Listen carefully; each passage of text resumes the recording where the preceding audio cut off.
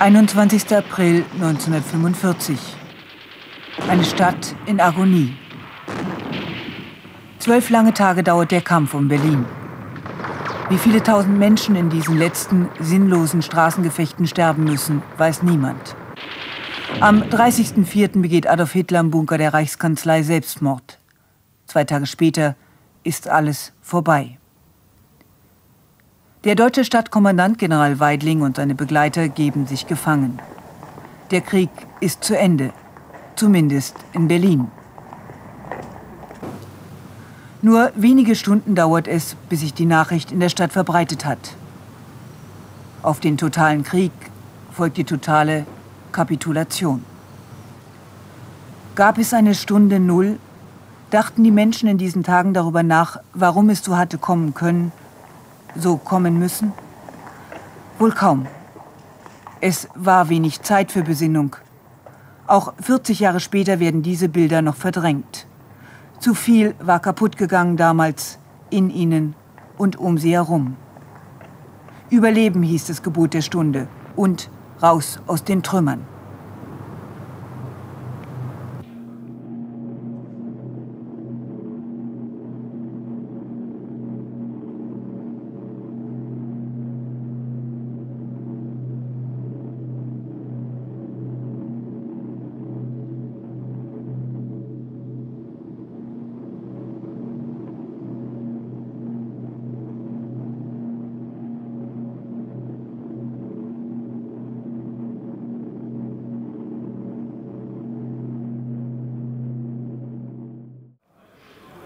Am 8. Mai unterzeichnet Feldmarschall Keitel in Karlshorst die bedingungslose Kapitulation der deutschen Wehrmacht.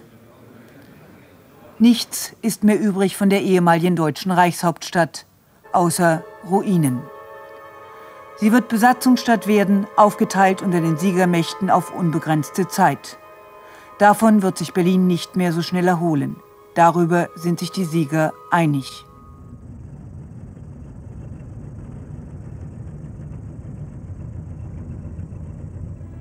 Die über 700 Jahre alte preußische Residenz, Hauptstadt des Deutschen Reiches, ist in Schutt und Asche gebombt.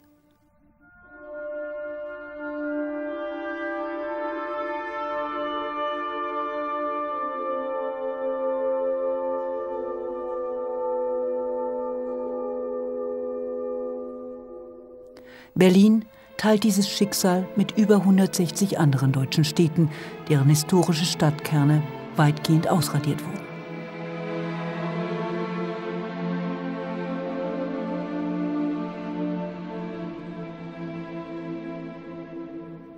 So wie in der Hauptstadt haben die alliierten Bomber im ganzen Reich in Hunderten von nächtlichen Angriffen unzählige Kulturschätze für immer unwiederbringlich vernichtet.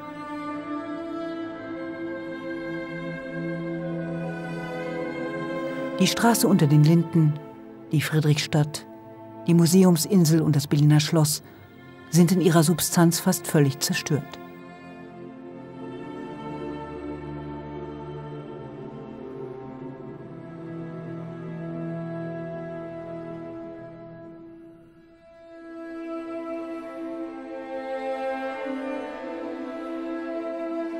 Empfinden die Deutschen diesen 8. Mai 1945 tatsächlich als einen Tag der Befreiung? Sicher, er hatte sie alle befreit von dem menschenverachtenden System der nationalsozialistischen Gewaltherrschaft. Aber Hunderttausende von Flüchtlingen, die ihre Heimat, ihre Habe verloren haben, die bei Null anfangen, werden in den nächsten Jahrzehnten nicht so sehr ihren Befreiern dankbar sein, sondern eher im ruhmlosen Ende des verlorenen Krieges die Ursache für ihr eigenes Leid, für Flucht, Vertreibung, Gefangenschaft und Unfreiheit sehen.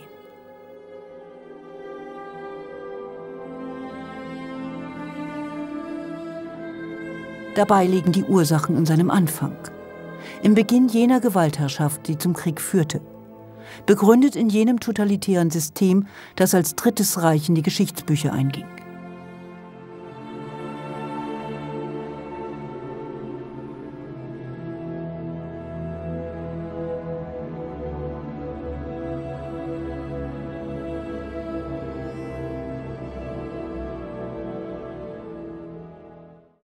Vorerst hat man es nur mit den Sowjets zu tun. Der erste Befehl, darin heißt es unter anderem, mit den Aufräumungsarbeiten ist sofort zu beginnen. Eine sowjetische Kommandantur wird eingerichtet unter der Leitung von Generaloberst Bersarin. Zusammen mit dem Militärgouverneur Schukow besichtigt er die Siegessäule.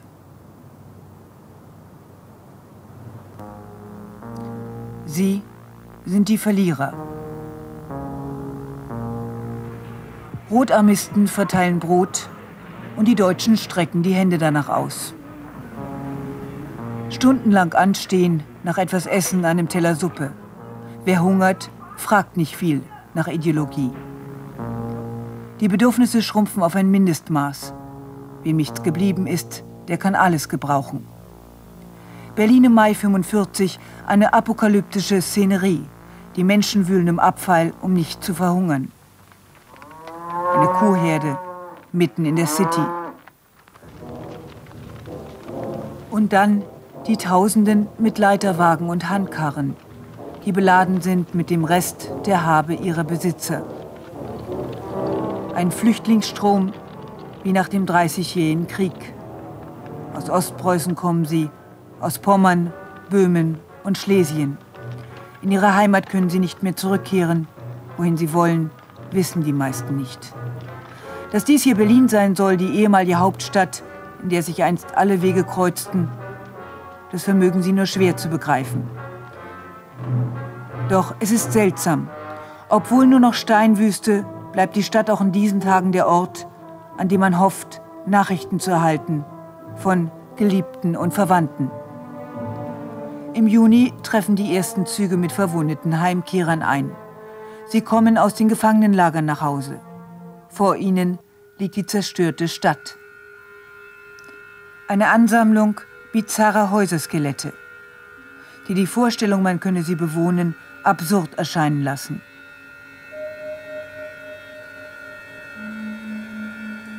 Doch es ist Sommer und warm. So warm, dass die Menschen zwischen diesen Steinen schlafen und so überleben können. Wäre die Kapitulation im November erfolgt, wer weiß. Vielleicht hätten die Menschen den Mut nicht aufgebracht, die Stadt wieder aufzubauen. Die Zerstörung ist total. Was nicht den Bomben zum Opfer fiel, haben die Nazis in den letzten Kriegstagen in die Luft gesprengt. Keine Brücke steht mehr. Die Menschen bahnen sich den Weg übers Wasser auf Balken und Brettern, was gerade zur Hand ist. Das behelfsmäßige, das Provisorium bestimmt in diesem Sommer das Leben der Berliner. Zusammengebrochen auch die Wasserversorgung. Die Pumpen werden reaktiviert. Es scheint fast wie in der guten alten Zeit. Fast, wenn da nicht die Trümmer wären. Das Chaos beseitigen. Versuchen, die Ordnung wiederherzustellen. Zerstört wurde die Stadt in wenigen Bombennächten. Der Wiederaufbau wird Jahrzehnte dauern. Es ist kaum zu glauben, doch bereits Ende Mai fahren die ersten Busse. Bald darauf die Straßenbahn.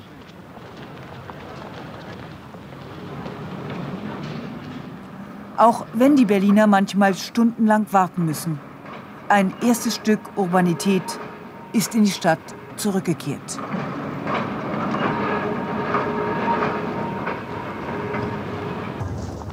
Sogar die U-Bahn kann ihren Betrieb auf einigen Teilstrecken schon im Juni wieder aufnehmen.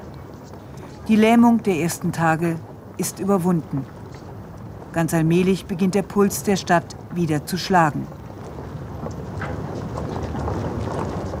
Dass Berlin wieder bewohnbar wird, ist diesen Frauen zu verdanken.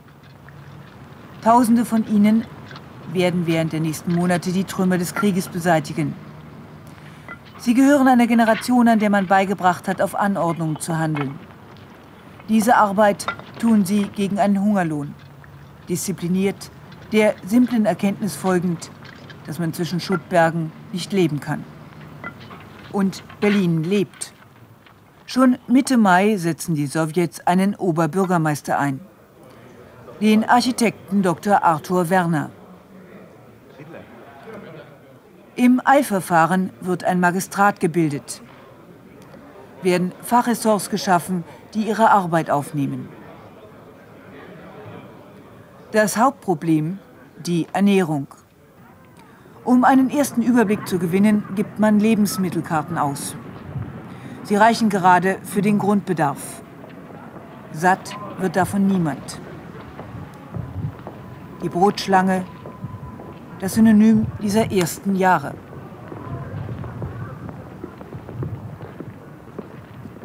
Von den Behörden erst geduldet, dann ausdrücklich erwünscht, die Selbstversorgung auf Tauschbasis. Offizielle Tauschzentralen werden eingerichtet. Der eine braucht Stiefel, der andere ein Radio, ein dritter Unterwäsche. Der Tauschhandel funktioniert, schon weil die Menschen immer gerade das für erstrebenswert halten, was sie nicht besitzen. Alles ist solide Vorkriegsware. Der New Look noch nicht erfunden. Offiziell tauschen kann man im Übrigen auch, schließlich sind wir in Deutschland, Lumpen gegen ordentliche Kleidung und Uniformen gegen Zivil.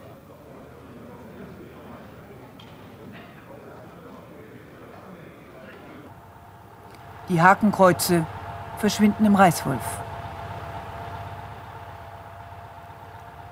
Eine Nation, eben noch ganz auf Krieg eingestellt, muss umlernen. Und das über Nacht. Aus den Gummireifen ehemaliger Militärfahrzeuge werden nun Schuhsohlen. Die Idee ist naheliegend, die Umsetzung nicht allzu schwierig. Wer einmal seine Suppe aus einem Stahlhelm gegessen hat, vermag sich darüber nicht zu verwundern. Ein Ausschnitt aus einer Wochenschau von damals. Wie vorher schon Stahlhelme und Flugzeugteile, wird jetzt ein weiteres Kriegsgerät, die Panzerfaust, friedlicher und nützlicher Verwendung in Küche und Haushalt zugeführt. Eine Metallwarenfabrik in Berlin-Wilmersdorf hat einen Arbeitsprozess entwickelt, durch den sich aus den Teilen der Panzerfaust Siebe, Kasserollen und Flaschentrichter herstellen lassen.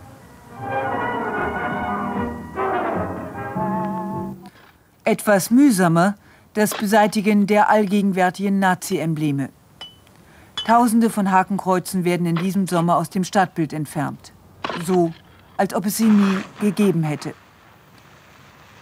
Mancherorts erweisen sich die Symbole des Dritten Reiches allerdings als äußerst widerstandsfähig.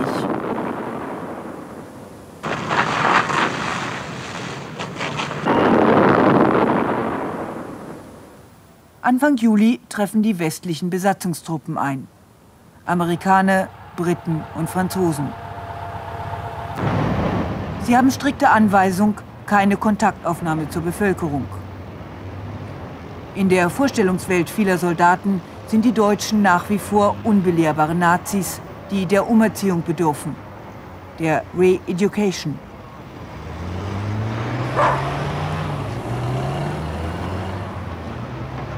Zunächst einmal demonstriert man Einigkeit mit den bisherigen Statthaltern. Es wird nicht sehr lange anhalten, dieses gegenseitig bekundete Wohlwollen. Doch in diesem Sommer der Sieger prostet man sich zu. Die Amerikaner haben einen hohen Preis gezahlt für ihre Präsenz in Berlin. Das Räumen von Thüringen und Teilen Sachsens.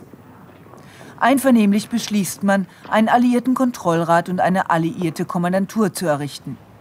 Mitte Juli beginnt, von den Berlinern weitgehend unbeachtet, unter großen Sicherheitsvorkehrungen vor den Toren der Stadt, die Konferenz von Potsdam. Das Zusammentreffen der drei, Churchill, Truman und Stalin in Schloss Cäcilienhof. Offiziell ist viel vom Frieden die Rede. Doch in erster Linie geht es in Potsdam um das Verteilen der Beute. Die Neuziehung der Grenzen.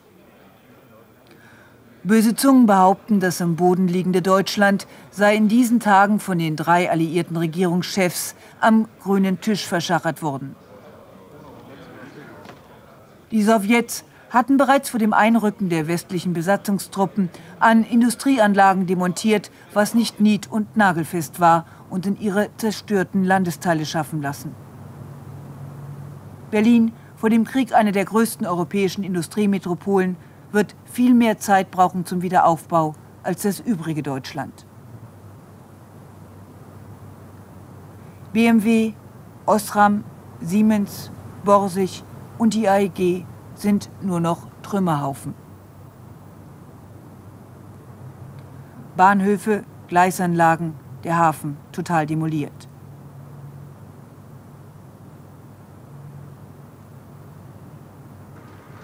In den Straßen liegen 75 Millionen Kubikmeter Schutt. Pragmatisch, wie sie sind, inspizieren die Amerikaner Berlin aus der Luft. Erscheint die Zerstörung einer Stadt, aus der Vogelperspektive gesehen, möglicherweise weniger schrecklich als aus der Nähe betrachtet? Sollen diese endlosen Kamerafahrten der Welt den Beweis liefern, dies Deutschland ist am Boden, von hier wird nie wieder ein Krieg ausgehen?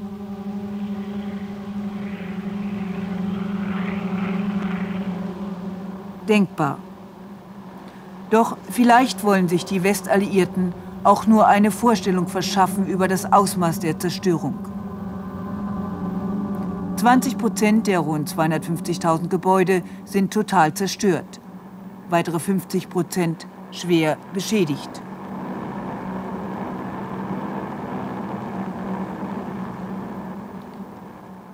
Noch ist Sommer. Da kann man zur Not wohnen ohne Wand und Dach. Glücklich die, die überhaupt 3 Wände ihr eigen nennen. Aber die Idylle trügt. Die Menschen wissen, es wird Herbst werden und dann Winter. Obwohl zuerst streng untersagt, sammeln sie lose herumliegende Balken, um sich Türen und Fenster zu zimmern. Der Magistrat schreitet gegen die Selbsthilfe nicht ein. Die Verwaltung hat keine Wohnungen zu vergeben. Das Organisieren von Baumaterial läuft daher stillschweigend unter Aufräumungsarbeiten. Organisieren. Dieses Talent wird im Sommer 45 überlebensnotwendig. Das wichtigste Forum, der schwarze Markt. Hier gibt es alles, was es eigentlich nicht gibt. Alkohol, Schokolade, Zigaretten. Natürlich ist der Handel mit Besatzungswaren strikt verboten. An häufige Razzien der gerade frisch ernannten Polizei gewöhnt man sich. Wenige Minuten später ist ohnehin wieder alles beim Alten. Und die alliierten Soldaten mischen kräftig mit, obwohl gerade ihnen der Schwarzmarkthandel strengstens untersagt ist. Die Währung, Besatzungsgeld, eigens in den USA gedruckt. Hoch im Kurs, Fotoapparate und Ferngläser. Was immer jemand zum Tauschen hat, bietet er an. Oder sie.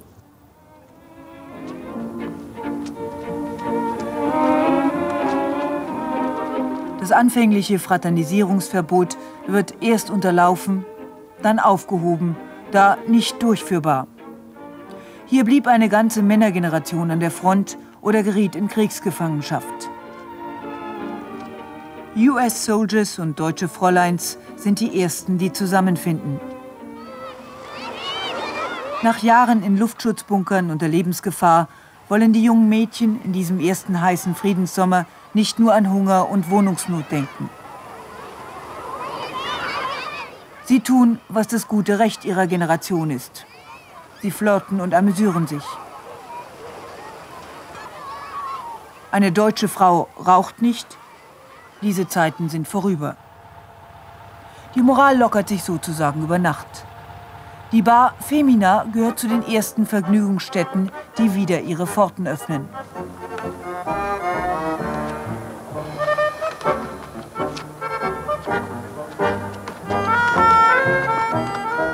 Allerdings muss man schon einen Offizier kennen, um hier Einlass zu finden. Die kulturellen Angebote der allerersten Zeit sind allerdings bescheiden. Doch schon im Juni gibt es wieder 40 Kinos und ein halbes Dutzend Theaterspielstätten, die zumeist Operetten inszenieren. Reich der Menschheit zum Wohle, lachen tut uns allen gut. Freude wollen wir euch geben, nennt drum die Commedia. Wenn ihr wollt, Pariser leben oder auf Allotria. Lacht nur zu. Operetten und Komödien haben Konjunktur in diesem ersten Nachkriegssommer. Für ein paar Stunden wenigstens wollen die Menschen den Alltag verdrängen, vergessen, dass sie anstehen müssen, um minderwertiges Fleisch in der Freibank zu ergattern. Viele von ihnen sind müde. Die Alten vor allem, die 2 Kriege überstanden haben. Doch die Jungen haben das Leben noch vor sich, resignieren nicht, nehmen, was sie an Essbarem kriegen können. Freibankfleisch ist besser als gar kein Fleisch. Die Versorgungslage spitzt sich im Spätsommer wieder zu. Es beginnt die Zeit der Hamsterfahrten. In Getreidespeichern und Räucherkammern der Bauern muss es noch etwas zu essen geben. Und seit kurzem fahren die Züge wieder. Tausende von Berlinern mit Rucksäcken, darin Schmuck oder das Silber. Bestecke kann man nicht essen. Und weil die Züge wieder fahren, kommen andere, die bleiben wollen. Eine zweite große Flüchtlingskarawane zieht durch die Stadt. Viele von ihnen haben sich über Hunderte von Kilometern hierher geschleppt. In Berlin, so hoffen sie, werden sie eine Bleibe finden, ein Dach über den Kopf für den Winter. Doch es gibt keine Bleibe. Lediglich die Lebensmittelration für eine Nacht. Am nächsten Morgen müssen sie weiter. Zuwanderungssperre. Auf alliierten Befehl muss der Magistrat sich zu diesem Schritt entschließen. Weiß er doch kaum, wie er die 3 Millionen Berliner versorgen soll, die im Besitz einer Lebensmittelkarte sind. Berlin, das in der Vergangenheit immer Zuwanderer aufgenommen hat, muss in diesem Sommer die Menschen aus der Stadt weisen. Ungeachtet ihres Elends, es sind zu viele. Die Kinder begreifen von all dem wenig. Dieser 9-jährige Junge irrt seit 3 Monaten durch die Straßen und sucht seine Familie. Kein Mensch da, der helfen kann, denn niemand ist zuständig. Und jeder hat mit sich selbst genug zu tun. Doch allmählich weicht die Unübersichtlichkeit der ersten Wochen einer zögernden Ordnung. Seit kurzem gibt es, wie gesagt, wieder eine Polizei. Und, vielleicht genauso wichtig, Zeitungen. Bereits eine Woche nach der Kapitulation erscheint die tägliche Rundschau, die sowjetische Armeezeitung.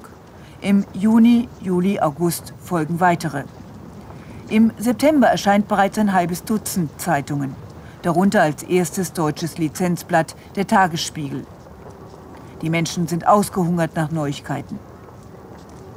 12 Jahre lang waren die Medien gleichgeschaltet.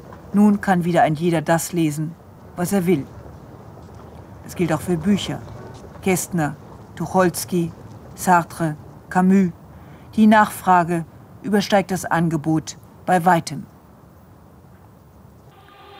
Die Deutschen haben viel aufzuarbeiten aus der Vergangenheit.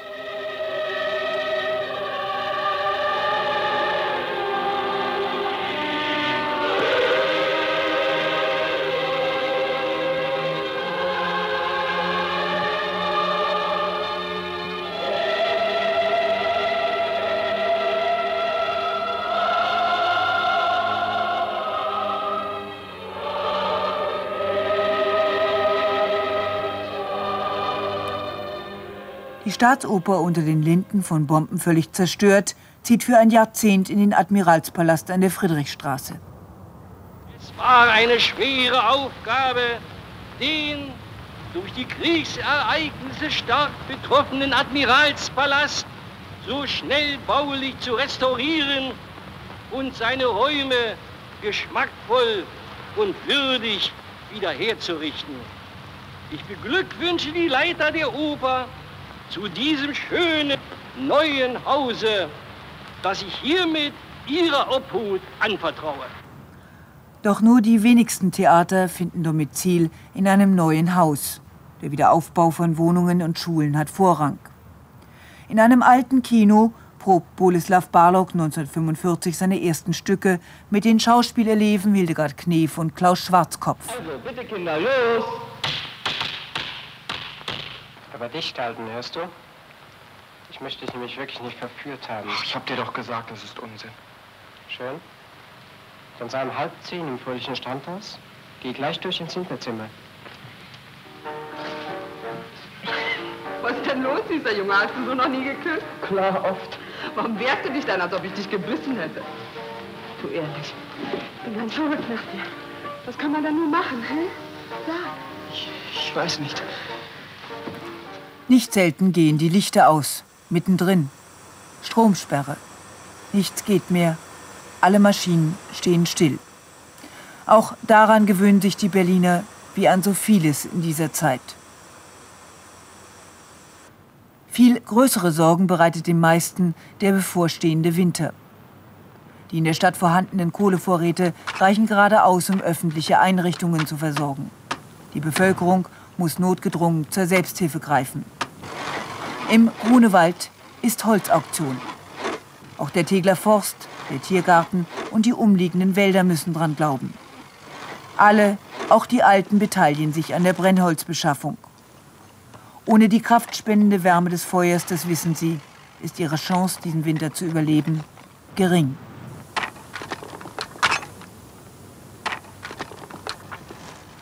Überall in der Stadt werden Kohlemeiler errichtet. Die Menschen rücken zusammen, helfen einander aus der Einsicht. Ein großer Balken brennt länger als viele kleine Scheite. Heizen, das bedeutet Wärme und die Möglichkeit zu kochen. Doch warmes Essen ist Luxus, verbraucht kostbare Energie. Kritisch wird die Lage im Herbst, vor allem für Familien mit Kindern. Wie soll man sie satt bekommen? Im Oktober ordnet der Magistrat eine Kinder- und Schulspeisung an. Doch das allein reicht nicht aus. Allzu viele sind unterernährt. Die Briten beschließen die Aktion Storch. Sie bringen 50.000 Kinder über den Winter in ländliche Gebiete ihrer Zone.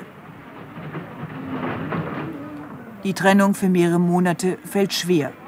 Doch was allein zählt, ist die Chance, die kalte Jahreszeit gesund zu überstehen. Es wird der traurigste Winter werden, den die Stadt je erlebt hat. Und dennoch gibt es einen Weihnachtsmarkt.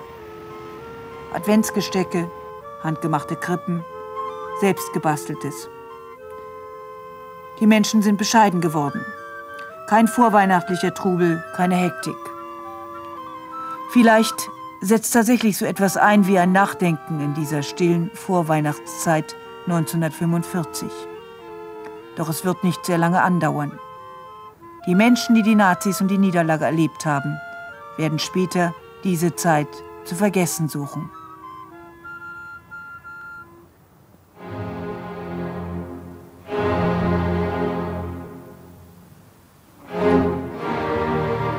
Im Dezember die 175. Wiederkehr von Beethovens Geburtstag. Dazu die Egmont-Ouvertüre. Die Musik zu Goethes Trauerspiel über die Befreiung der Menschen von der Tyrannei. Seltsam. Es wird wenig geschrieben werden über diese Zeit in den kommenden Jahrzehnten. Es wird kaum Bilder geben, obwohl sie da sind. Und obwohl Kinder und Enkel viel daraus lernen könnten.